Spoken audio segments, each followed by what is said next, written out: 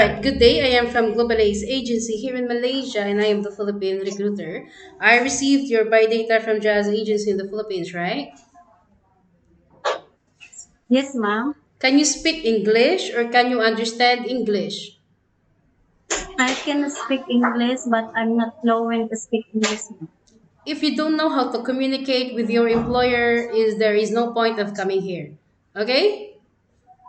Okay, ma'am. Are you a 100% willing to come and work here in Malaysia? Yes, ma'am. 100%, ma'am. Do you have any friends or any family members working here? No, ma'am. Do you have tattoos in your skin?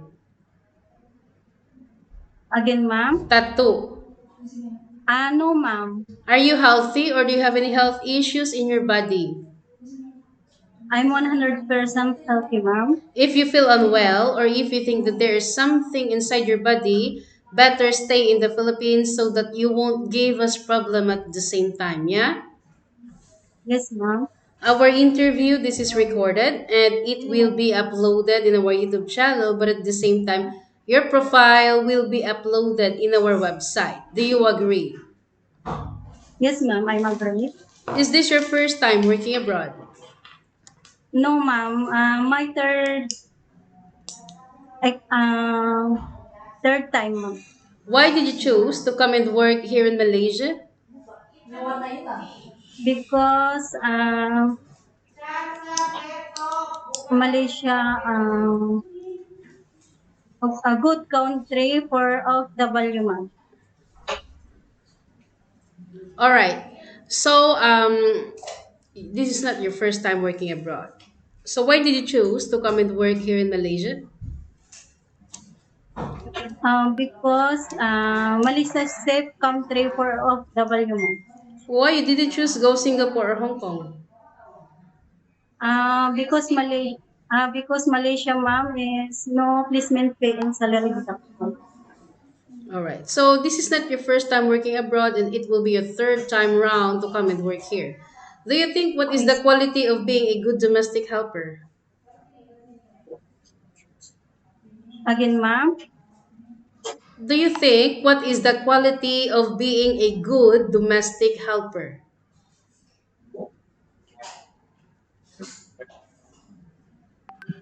Um, Responsible, respectful, patient, and kind, and good. What's your name? Jerilyn Sales, ma'am. How old are you? I'm 34 years old, Are you ma'am. single or married? I'm married, ma'am. How old is your husband and what is his occupation? 41 years old. Occupation. Um, Farmers, ma'am. When is your birthday? My birthday is October 15, 1991, ma'am. Regine? Alright. What is your height and your weight? My height is 5 plus. My weight is 53 kilograms. What is your religion? Uh, may, um, Spiritista, ma'am. Okay. So your height in centimeter is what? 152. Alright. What is your educational background? Elementary graduate, ma'am. So who are going to look after your children once you come to work here? My husband. Is your husband allowed you to come and work here in Malaysia? Yes, ma'am. We don't have any problem later. No, ma'am. How many brother and sister do you have? Um, I have one brother. I have one sister. What is your rank in your family? Um, Both senior citizen, ma'am. What is your rank in your family? Are you the eldest, the second, the I am third? eldest.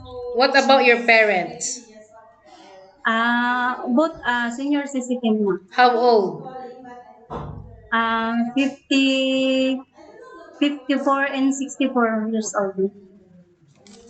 All right. According to your profile, it was stated that you have a working experience in Kingdom of Saudi Arabia way back 2021 to 2023 for 2 years, and you finished your contract. Yes, ma'am. Did you really finish your contract in KSA? Yes, yes, ma'am. Do you have companion inside the house? Again, ma'am. Is there any other helper inside the house to your previous employment in KSA? Yes, ma'am. How many Yes, ma'am. helpers inside the house? One members, ma'am. I helper one, ma'am. One, Only you. two, ma'am. Two, Me ah? in Okay, so what is your job responsibilities inside the house? again, ma'am. What is your job responsibilities inside the house? Sorry, ma'am. My duty there are cleaning the house, washing their clothes, ironing, and take care of the children, ma'am. Did you cook? Uh, I can cook Filipino foods, ma'am, but Did I'm you willing to did learn. you cook inside the house to your previous No, employment ma'am. in No. KSA? No, ma'am. All right. How many children you take care? Four, ma'am. How old are those children? They are aged 15 years old, 13 years old, 9 years old, and 4 years old, ma'am. All right. After that, you work in Jordan for how many years? Ma'am, again, You work in Jordan for how many years? 2 years, ma'am. Finish contract. What year did you 2 years. started and what year did you finish your contract? My duty there is cleaning the house, washing their clothes, Ate, ironing, and take care of the children. can you listen? What is my question? I am Uh, asking you what year did you started and what year did you finish your contract in Jordan? year of the 2021 to 2023, ma'am. Jordan, that one is KSA. 2023, ma'am, to 2026. All right. So what is your job responsibilities there? Cleaning the house, ironing, washing their clothes, and take care of the children, ma'am. Did you cook? No, ma'am. How old are those children that you take care in Jordan? 4 years old, one twins, and 7 months old baby, ma'am. 4 years old twins and 7 month old. Yes, ma'am. Do you have companion inside the house? No, ma'am. You're I'm only one. alone. All right. Yes, So, working abroad is not that so easy. Most especially you work in Middle East, and it's quite different here in Malaysia. I don't want later that you were going to compare Malaysia and Middle East. Got a huge difference on it, right?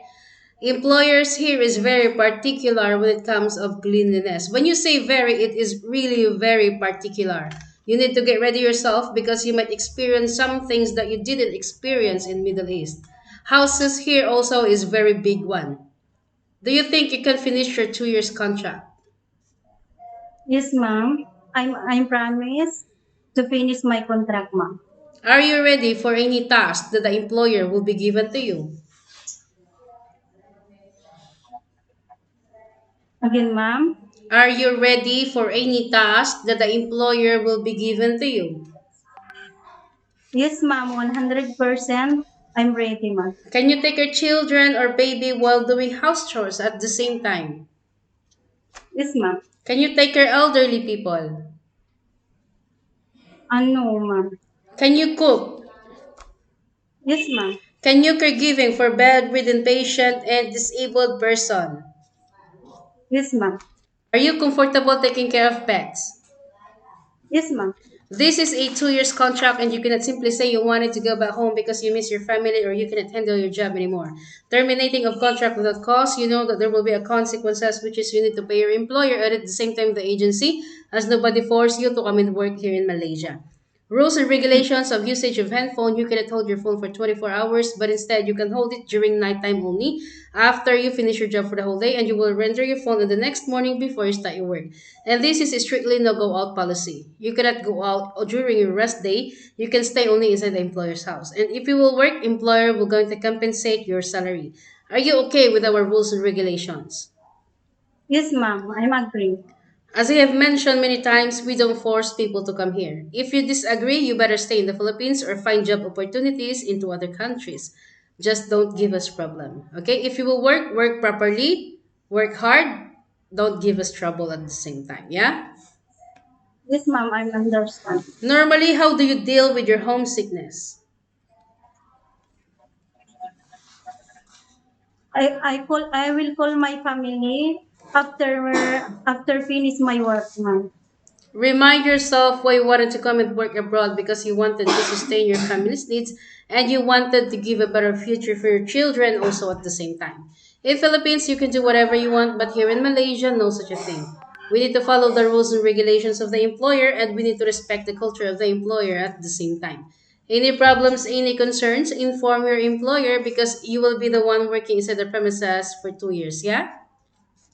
Yes, ma'am. I think that's all for now, Jerly. It was my pleasure meeting you. But please stay connected through WhatsApp because Globalize agents will going to contact you to conduct an interview together with the employer, okay?